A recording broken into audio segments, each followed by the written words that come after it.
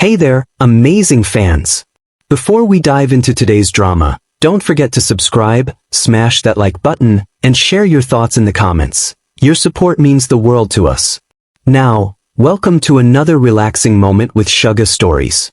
Grab a seat, sit back, relax, and let's journey into the story together. Thunder rumbled low across the small village of Ayatoro as heavy rain lashed against the thin wooden walls of Amara's cramped home. Shadows flickered from the lone kerosene lamp, barely illuminating the sparse room. Amara sat on a straw mat, her heart pounding as she cradled her twin sons, Tolu and Tade. Their cries were shrill and piercing, echoing through the home like alarms. Outside, the storm wailed, but its fury was nothing compared to the tempest inside. Depo stood by the door, his hands clenched into fists. His once kind face was twisted with frustration and bitterness. "Do you hear them, Amara? This is our life now. Screaming mouths, no money, no peace." His voice cracked, louder than the storm. Amara's voice trembled. "They're babies, Depo. They need us." "Need? They need more than we can give. You tricked me into this. Into poverty and endless responsibility." His eyes darted wildly, looking anywhere but at her. "Please, Depo. It's not their fault. They're our children. We can find a way, together," Amara pleaded, her voice raw with desperation. Depo slammed his palm against the doorframe. "Enough. I can't do this. I won't be trapped by your choices anymore." The twins' cries intensified as if sensing the escalating tension. Amara tried to soothe them, rocking gently, but her hands shook. "Don't leave. Please. We need you." Rain lashed against the windows, rivulets snaking down the panes like tears. Depo grabbed a thin coat, his silhouette a dark shape against the doorway. He turned once, his expression a mask of regret and resentment. "You've made your bed, Amara. Live in it." He stepped into the storm, the door slamming shut behind him. Amara's knees buckled as she sank to the floor, clutching the babies to her chest. Their cries merged with her own sobs, a mournful symphony that filled the tiny room. The night seemed endless. Thunder rumbled and rain poured relentlessly, but inside, Amara's world had collapsed into silence and shadows. The next morning dawned gray and grim. The storm had passed, but its remnants soaked the village paths and flooded low fields. Amara sat by the window, her eyes swollen and red from crying. The twins were finally asleep, but their faces were pale, their tiny bodies fragile. Her stomach growled, a hollow echo that reminded her they had no food. The porridge pot was empty, and the coin pouch was missing. Depo must have taken it. Panic clenched her heart. She wrapped the twins tightly, kissed their foreheads, and placed them gently in the basket by the fireplace. With trembling legs, she stepped outside, pulling her thin shawl tighter around her shoulders. The village was awake, and she could feel their stares, whispers carried on the wind. "She's all alone now. I heard he left her. Took what little they had. She should have known better." Ignoring the cruel murmurs, Amara approached a neighbor's door and knocked. The door opened a crack, revealing a woman with pursed lips. "What do you want, Amara?" "My babies are hungry. I have nothing. Can you spare a little milk or bread?" The woman's gaze hardened. "We have our own mouths to feed. You should have thought of that before." The door shut firmly. Amara turned away, swallowing her shame. Door after door, she met the same refusal, the same judgment. Her hands trembled as she realized the weight of her desperation. As she sat down on a stone ledge near the market square, her vision blurred with tears. How would she feed her children? How would they survive? A warm, gnarled hand rested on her shoulder. "Child, don't cry here in the street," a voice said softly. She looked up to see Mama Sua, a respected elder with wise eyes and a voice that soothed like balm. Without waiting for a reply, Mama Sua gently guided her to her small, weathered home nearby. Inside, the aroma of simmering soup filled the air, and a small fire crackled in the hearth. Mama Sua handed Amara a steaming bowl. "Then we'll talk." Amara hesitated but accepted the food, the first sustenance she'd had in days. The warmth seeped into her bones, but her worries were far from eased. I don't know what to do, Amara whispered. Mama's suicide. You will stand because you must. These children of yours are not a curse, they are a blessing. But you'll need strength and cunning to raise them in this world. Rest tonight. Tomorrow we plan. As Amara lay down on a pallet near the fire, her twins cradled beside her, she allowed herself the first deep breath since Depo's departure. The storm had broken her heart, but in Mama Sua's home, a glimmer of hope flickered. Morning broke over Ayatoro with a soft haze that masked the sadness hanging over Amara's small home. A faint light crept through the thin curtains, illuminating her exhausted face.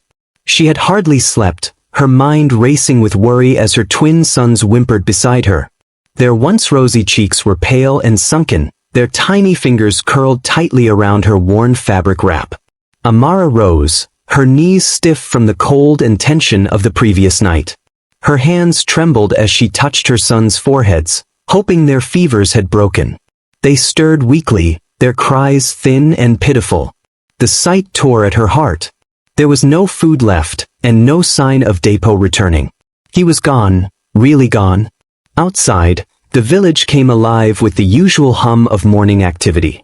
Women with baskets on their heads moved through the muddy paths. The scent of frying plantains and fresh bread wafted from a distant stall, making Amara's stomach churn with hunger. She tied her faded wrapper tighter and lifted her sons, cradling them in her arms. Determined, she stepped outside, her bare feet sinking into the wet earth. She approached the neighboring compound and knocked gently on the gate. It creaked open to reveal a middle-aged woman, her brows knitting in disapproval. "Amara," she said, her voice clipped. "What is it?" "My babies, they are hungry. Please, anything you can spare. I'll repay you when I can." The woman's eyes hardened. "I've heard what happened. We all have our troubles, Amar. I'm sorry, but I can't help." She shut the gate firmly, leaving Amara staring at the peeling wood.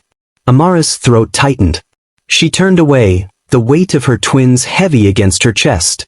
She knocked on 3 more doors, each time met with the same rejection or excuse. With each no, her desperation grew. Near the market square, she found a shady spot beneath an old mango tree and sat on a flat stone, trying to calm her breathing. Tolu and Tade whimpered softly. She stroked their cheeks and whispered, "I'll find a way. I promise." Just then she heard a voice, soft yet firm. "You shouldn't sit here alone crying." Amara looked up to see Mama Sua, the village elder known for her sharp mind and kind heart. Her gray hair was tied back neatly, and her eyes held a spark of determination. "Mama Sua," Amara said, her voice breaking. "I don't know what to do. They need food and no one will help." Mama Sua knelt beside her and gently lifted one of the twins, examining the child's face. "They are thin, but they are strong. They need you to be strong too. Come with me, child." Too tired to argue, Amara followed the older woman back to her modest home at the edge of the village. The small house was filled with the scent of herbs and spices. A pot of hot soup simmered on the fire. Mama Sua motioned for Amara to sit while she ladled a generous portion into a bowl. "Eat first. Then we will talk," Mama Sua said.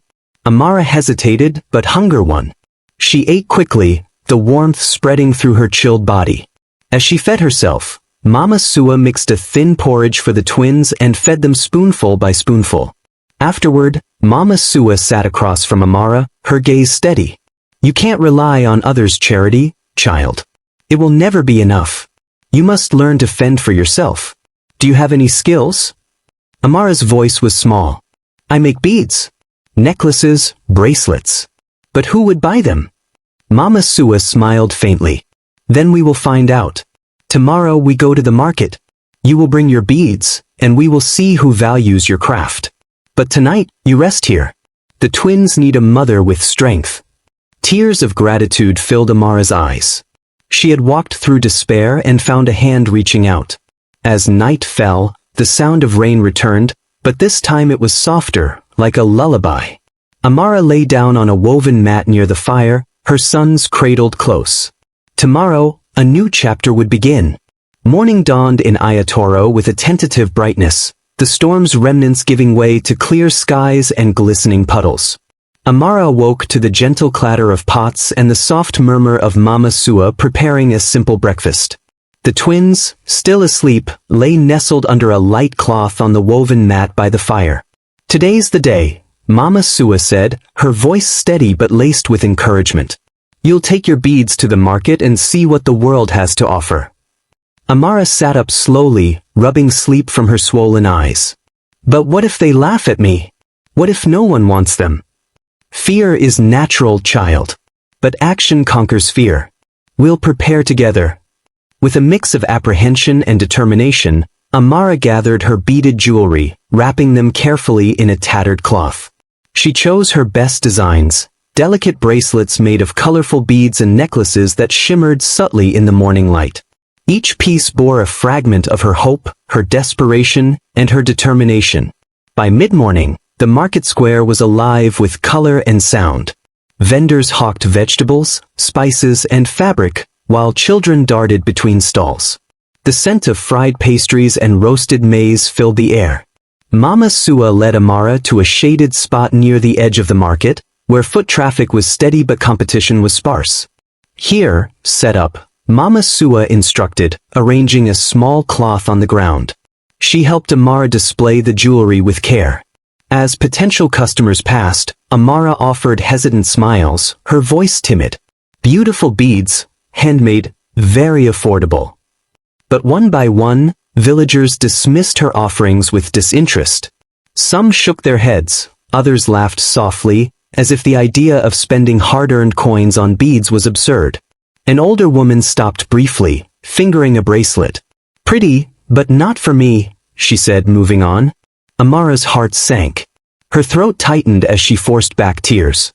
"Maybe I was wrong to come here," she whispered. "Nonsense," Mama Sua said firmly. "Persistence is key. Keep trying."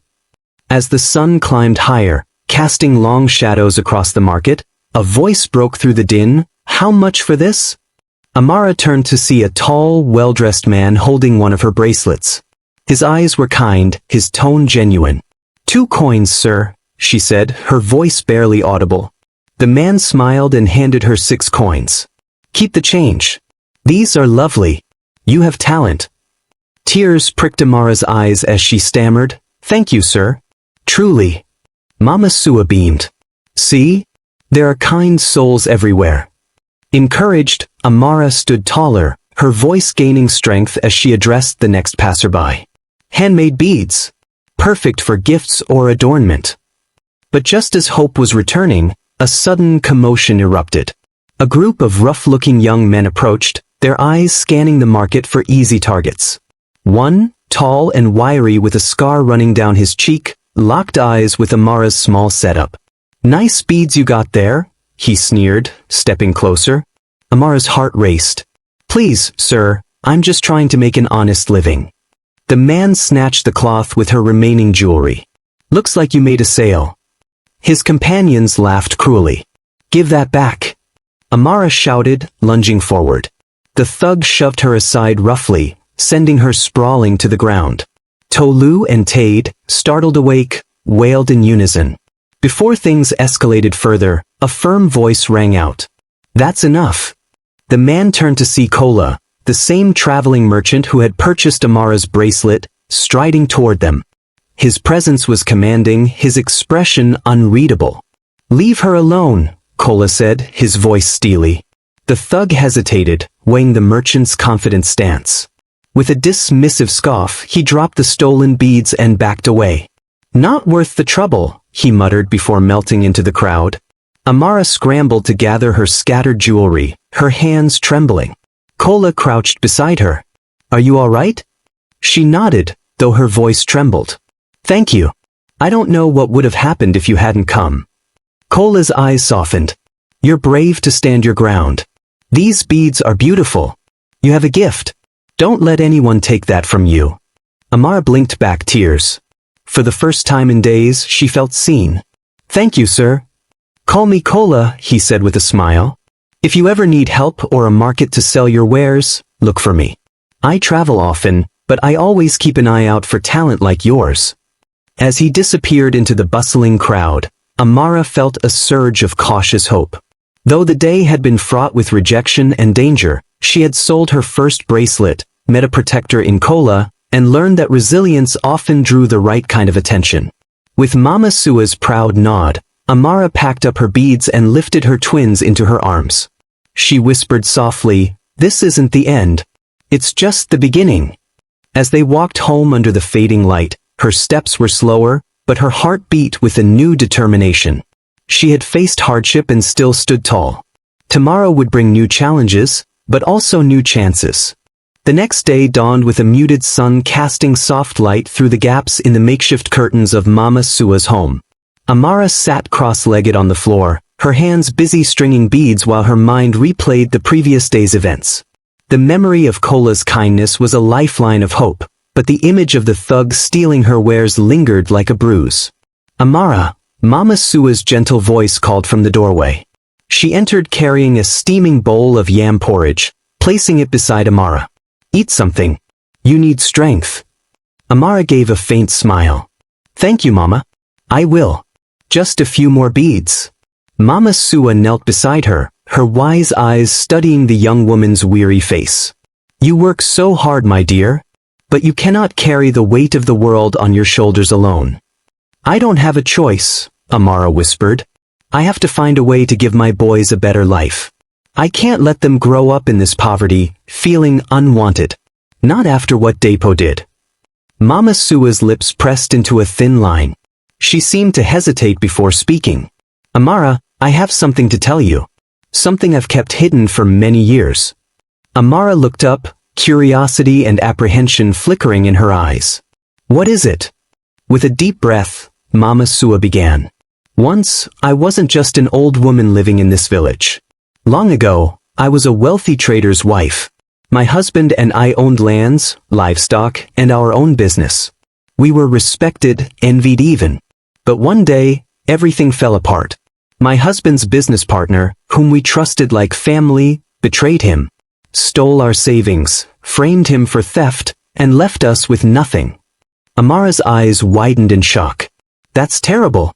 What did you do?" "I tried to fight, to reclaim what was ours. But in the process, my husband was shamed, and he left me.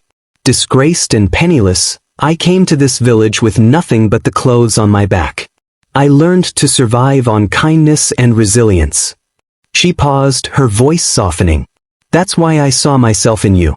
You remind me of who I was, and of the fire I let die for a while." Tears pricked Amara's eyes. "But you're so strong, Mama. You built a life here. You're respected." "Respect comes not from wealth but from how we rise after falling," Mama Sua said. "And you, my dear, have that strength in abundance. That's why I'll help you. We'll work together to make your beads into something more. Something people can't ignore." A spark of determination lit in Amara's chest. "Do you really think we can?" Mama Sua smiled, a glimmer of her old fire returning. "I know we can. I'll teach you better designs, ones that tell stories, that carry meaning. And we'll find the right people to see them." Over the following days, the two women worked tirelessly.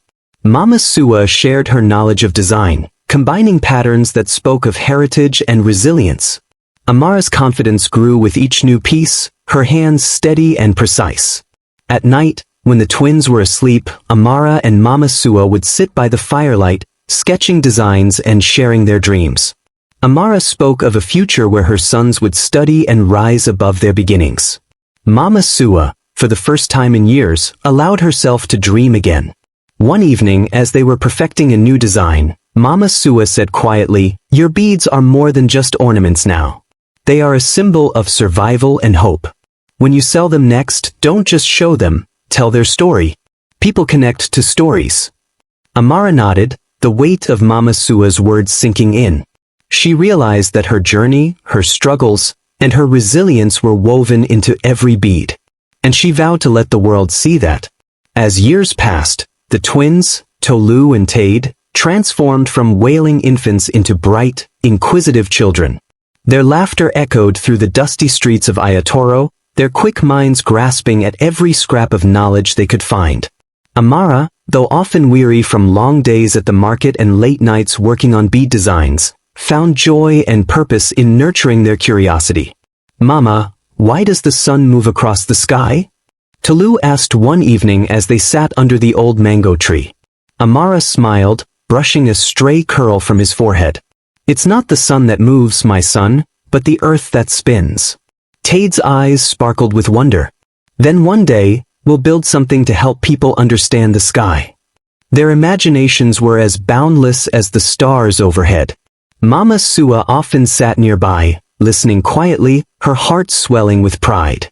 She had become a grandmother figure to the boys, sharing stories of her past and encouraging them to dream big. One afternoon, as Amara returned from the market, she found the twins huddled over a pile of discarded metal scraps and wood planks. Their fingers worked nimbly, twisting wires and fitting pieces together. "What are you two up to now?" Amara asked, amusement and curiosity in her voice. "We're building a machine that can turn sunlight into energy," Tolu announced. "Something that can light our house at night," Tade added. Amara knelt beside them, inspecting their contraption. Though crude, it showed a remarkable grasp of mechanics and problem-solving. "This is incredible," she whispered, pulling them into a hug. "You two are destined for great things." Their small invention, though rudimentary, soon caught the attention of the village. Children gathered to see the twins' creation, and even the elders marveled at their ingenuity. One day, a letter arrived from the regional council, announcing a scholarship competition for promising young minds. The twins' teacher had secretly submitted their work, and now they were invited to present their invention in the city. Excitement buzzed through the village. Amara felt a surge of hope, tempered by anxiety. "What if we can't afford the trip? What if they don't win?" she confided to Mama Sua. Mama Sua, ever the voice of reason, placed a comforting hand on her shoulder. "We'll find a way. Your sons are special, Amar. They have the power to change not just their lives, but the lives of many." Amara gathered what little savings she had, working extra hours to raise the funds needed for the trip. Neighbors pitched in, donating what they could, bags of rice, baskets of fruit, and small coins. Their support was a testament to the community's belief in the twins' potential.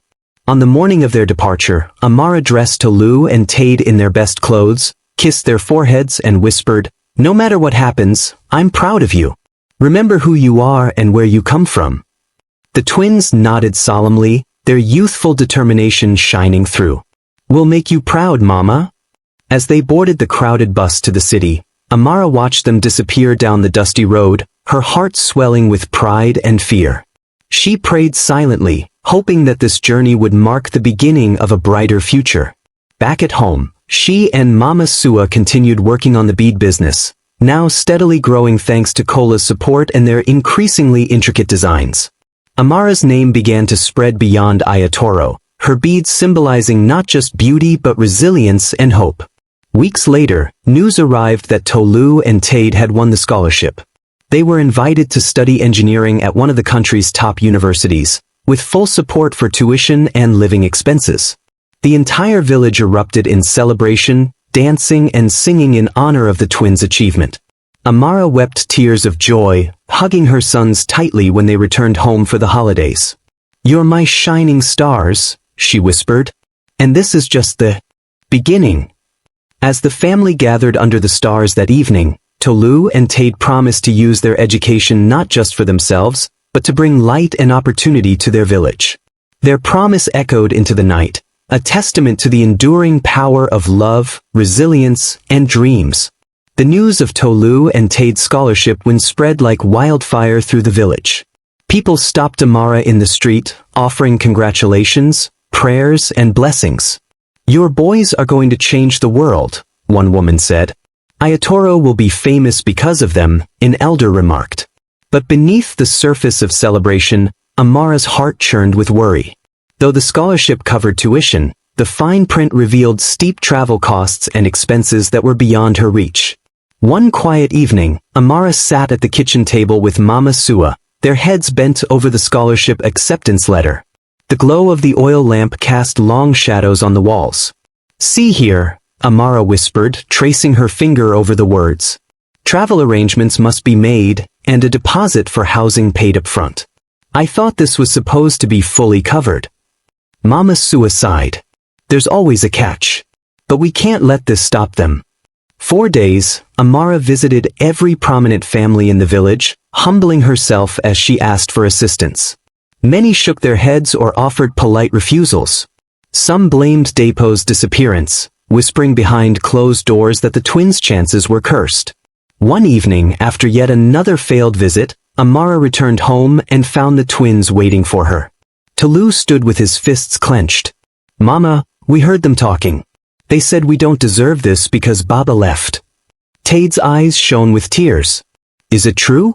Are we not good enough?" Amara pulled them into her arms. "Don't you ever think that? Your father's choices have nothing to do with your worth. You are brilliant, and you deserve this chance. And I will make sure you get it." That night, as she lay awake, a plan began to form.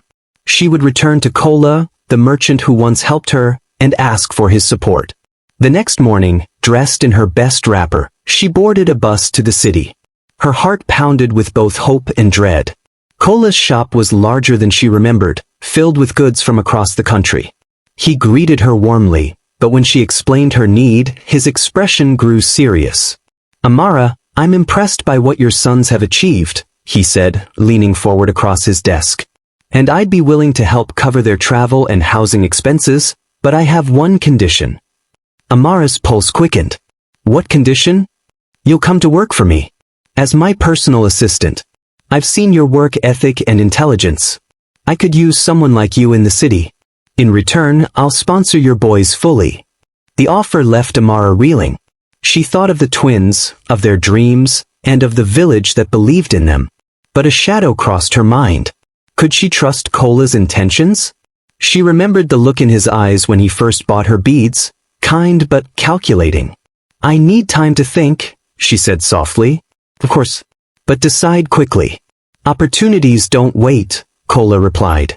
That night, back in Ayatoro, Amara wrestled with her decision. Mama Sua listened quietly, her brow furrowed. "I don't trust him," Mama Sua finally said. "But I also know what it means to sacrifice for your children. If you go, it must be on your terms. Set boundaries. Make him put everything in writing." Amara nodded, the weight of the decision pressing down on her. The next day, she returned to the city and agreed to Kola's terms, but with clear conditions: a written contract, a specified duration of employment, and guarantees for her children's full sponsorship. Kola, slightly amused but respectful, signed the agreement. "You drive a hard bargain, Amara. I admire that." With the sponsorship secured, Tolu and Tade's departure date was set. The village gathered for a farewell celebration, filled with dancing, drumming, and heartfelt speeches. Amara's heart swelled with pride as she watched her sons promise to return with knowledge and resources to uplift their people. As the bus carrying Tolu and Tade disappeared into the horizon, Amara whispered to the wind, "My sons, fly high. And may you never forget the roots that hold you." The city's hum was as relentless as a drumbeat, and for Amara, every day felt like an uphill battle. She had left the dusty roads of Ayatoro behind, now surrounded by towering buildings and faceless crowds. Kola's promises shimmered like a mirage: full sponsorship for Tolu and Tade's studies, financial security for her family. Yet, behind those promises lay a trap she hadn't anticipated. Kola's office was in the heart of the city, sleek and bustling with employees who cast wary glances at Amara. At first, her tasks were straightforward: managing schedules, organizing meetings, preparing documents. But soon, the boundaries began to blur. Kola's requests became increasingly personal. "Stay late and sort these files," he would say with a sly smile. "Join me for dinner to discuss tomorrow's plans." Amara's gut twisted with unease, but she held on. For Tolu and Tade, she told herself, every sleepless night was a brick in the foundation of her son's future. She reminded herself of the contract she had secured with Kola, the written agreement he had signed, guaranteeing his support. Still, his behavior grew more possessive, his tone more demanding. One evening, after yet another dinner that felt more like an interrogation than a business meeting, Kola cornered her in the elevator. His breath reeked of alcohol. "You owe me, Amara," he whispered harshly. I've invested in your boys. It's time you invested in me. Fear clamped around her heart. This wasn't part of the deal, she said, her voice steady despite the tremor in her hands. Kola smirked. Deals change. Don't forget who holds the keys to your son's dreams. Amara returned to her small rented room that night, her mind a whirlwind of fear and determination. She couldn't allow Kola's manipulations to derail everything she had sacrificed for. The next morning, she approached him with a calm resolve. Kola, she said, standing tall despite the quiver in her stomach. I'm leaving. You can keep your sponsorship. I won't be your pawn. Kola's face darkened, his mouth twisting into a sneer. If you walk away, I'll withdraw everything. Your sons will be sent home in disgrace. Think carefully. But Amara's spirit, forged in the crucible of poverty and hardship, refused to break. I'll find another way, she said firmly. You don't own us. With that, she left his office, her head held high, though her heart thundered with anxiety. She spent the following days desperately searching for alternative sponsors. She reached out to distant relatives, sent letters to charitable organizations, and even approached local churches. But time was running out, and Kola's shadow loomed large. Meanwhile, at the university abroad, Tolu and Tade were flourishing. Their brilliance and innovation drew the attention of professors and investors alike. They had created a prototype for a renewable energy source that promised to revolutionize entire communities. Their hearts, however, ached for their mother. They had sensed her hesitation during phone calls, noticed the strain in her voice. Late one night, after a successful presentation, Tolu turned to Tade. Something's wrong with Mama, he said quietly. I can feel it. Tade nodded. Let's find out what's going on. We owe her everything. Using their network of contacts, they pieced together bits of information. Finally, a former Ayatoro resident who worked in the city whispered the truth. Kola was exploiting their mother. Fury ignited within the twins. They immediately booked a flight home. Back in the village, Amara was at her breaking point. Her savings were nearly gone, and every avenue she explored seemed to close before her. She sat beneath the old mango tree, Mama Sua beside her, tears silently falling down her cheeks. Hold on, my child, Mama Sua said softly. The storm always passes. Your boys are strong. They'll come for you. As if conjured by her words, the roar of luxury cars echoed through the village. A convoy of sleek black vehicles rolled to a stop, and Tolu and Tade stepped out, now young moguls with power and resources at their fingertips. They stormed Kola's office the next morning, accompanied by lawyers and security. The confrontation was swift and brutal. You thought you could trap our mother, Tolu said coldly. You underestimated us. Kola paled as the twins presented evidence of his exploitation, forcing him to withdraw his claims and sever ties with Amara. Amara wept as her sons embraced her. I'm so proud of you, she whispered. You've grown into men who stand for what's right. The entire village celebrated their return, a joyous eruption of music, dance, and laughter. Tolu and Tade announced their plans to invest in Ayatoro, starting with a new school named after Mama Sua, ensuring that future generations would have access to knowledge and opportunity. The air buzzed with an electric energy as Tolu and Tade stepped off the plane in Lagos, their eyes glinting with purpose. News of their return and the success of their prototype had already rippled across social media, making them minor celebrities. Cameras clicked, reporters jostled for interviews, but the twins had only one destination in mind, the village of Ayatoro and their mother. At the university, Tolu and Tade had worked tirelessly, inspired by their mother's resilience and the stories she told of innovation hidden in the simplest of things. Their prototype, a solar-powered generator designed to operate even in low-light conditions, had caught the eye of international investors. Contracts were pending, partnerships forming, but none of it mattered until they knew their mother was safe. As the convoy of black cars rolled into Ayatoro, the villagers gathered in awe. Children pointed, elders whispered, and Mama Sua stood at the gate, her eyes wide with disbelief. Amara, too exhausted to react, was seated beneath the old mango tree. When she saw her sons stride toward her, dressed in crisp suits yet with faces full of worry and love, her heart swelled. "Mama!" Tolu cried, kneeling before her.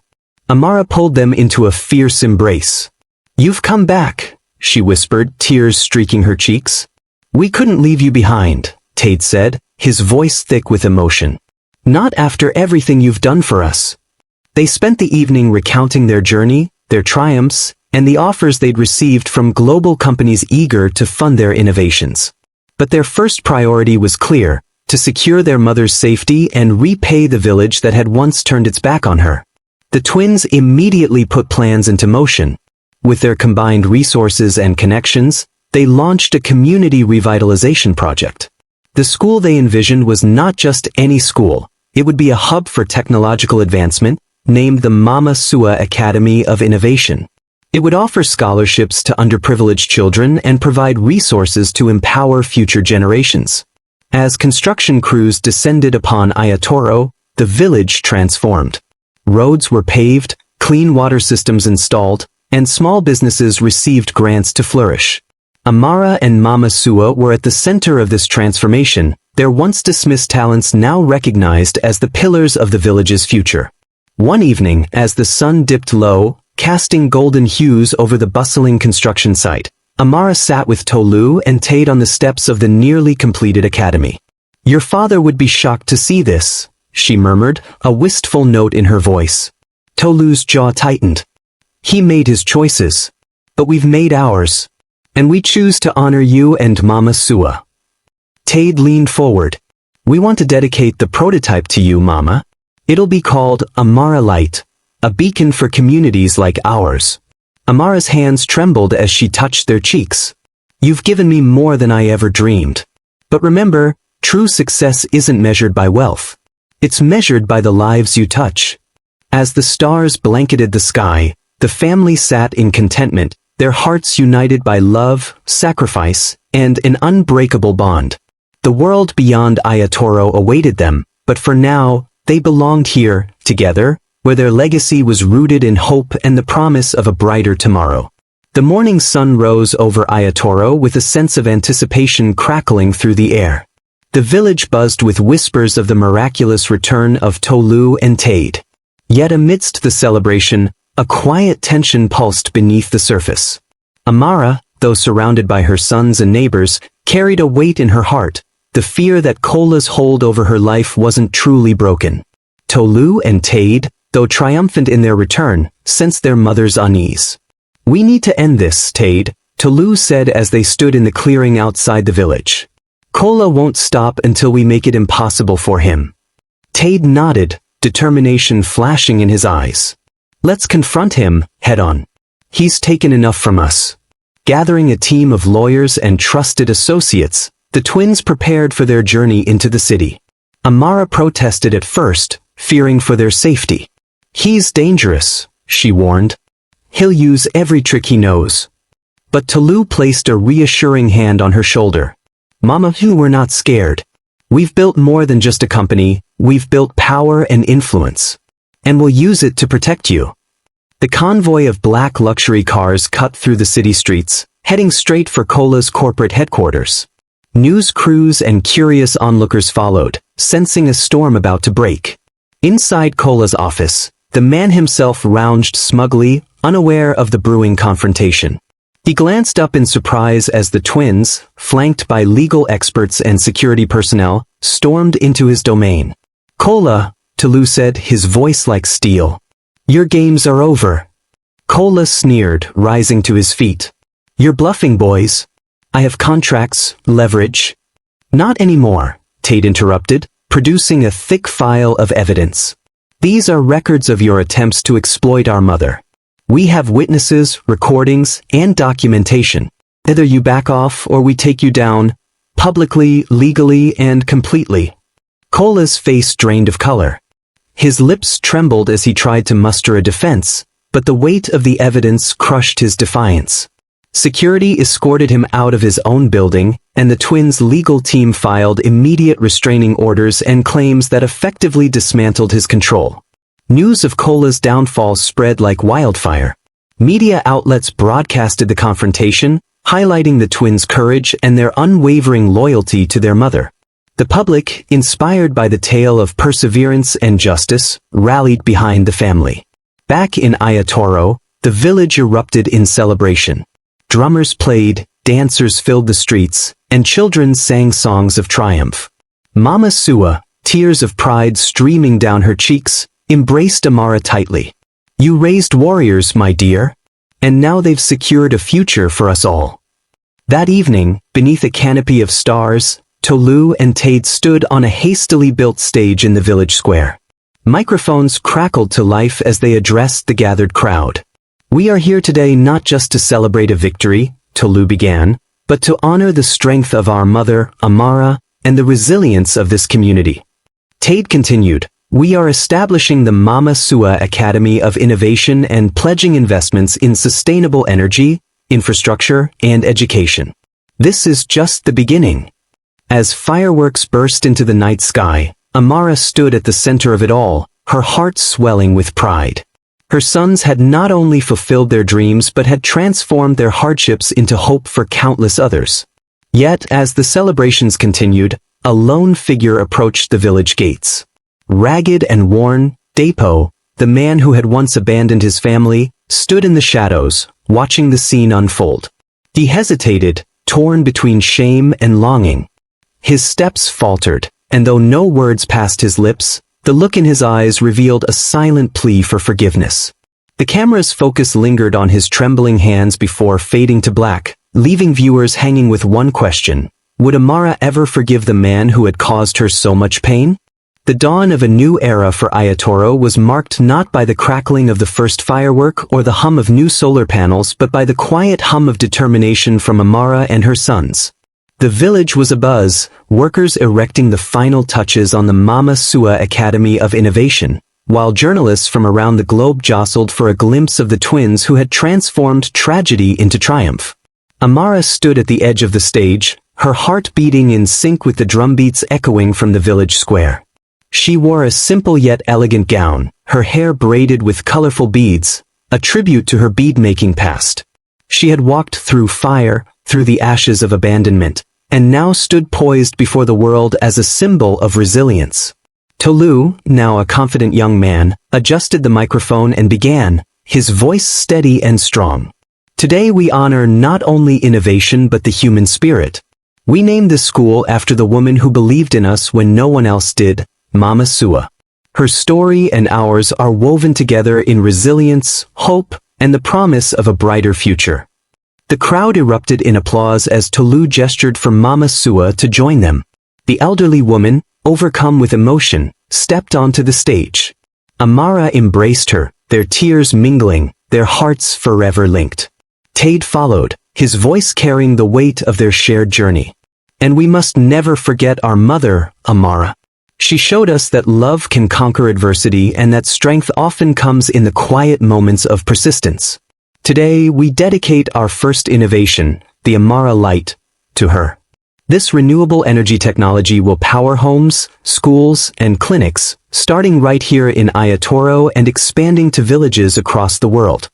A wave of emotion swept through the crowd. Cameras flashed, capturing Amara's tear-streaked face as she watched her sons speak. They had turned her suffering into a beacon of hope, a testament to what could rise from despair. The ceremony continued with cultural performances, speeches, and the unveiling of the school's plaque. Just as the final act of celebration was drawing to a close, a hush fell over the crowd. At the edge of the gathering stood a gaunt figure, his clothes tattered, his face lined with regret. He took tentative steps forward, his hands trembling, his eyes locked onto Amara. The years had not been kind to him. He bore the marks of a man broken by his own choices. "Amara," he rasped, his voice barely audible over the crowd's murmurs. "I have no right to ask, but I am sorry. I was a coward, a fool. Please, forgive me." The air thickened with tension. Cameras zoomed in, capturing the raw, unfiltered moment. Amara's breath caught. Memories of that stormy night, of being left with twin infants and no support, surged forward. Her fists clenched at her sides, her heart warring with the impulse to turn away. But then she saw the faces of Tolu and Tade, Faces that bore her resilience, her hope, her strength. She realized that forgiveness was not a gift to Depo but a release for herself. A letting go of the past that had haunted her for so long. She stepped forward, her voice clear and unwavering. I forgive you, Depo. Not because you deserve it, but because I deserve peace. We have rebuilt, we have risen, and we will not carry the weight of your mistakes any longer. Depo fell to his knees, overcome with sobs. The crowd remained silent, bearing witness to the closure of a painful chapter. Tolu and Tade flanked their mother, standing as symbols of her triumph. As the sun dipped below the horizon, casting golden light over the village, Amara turned to her sons and Mama Sua. This is just the beginning, she said softly. And indeed it was. The legacy of Amara, the mother of innovation, would echo across the world, not as a story of abandonment, but as a testament to the indomitable power of love, resilience, and hope. The end.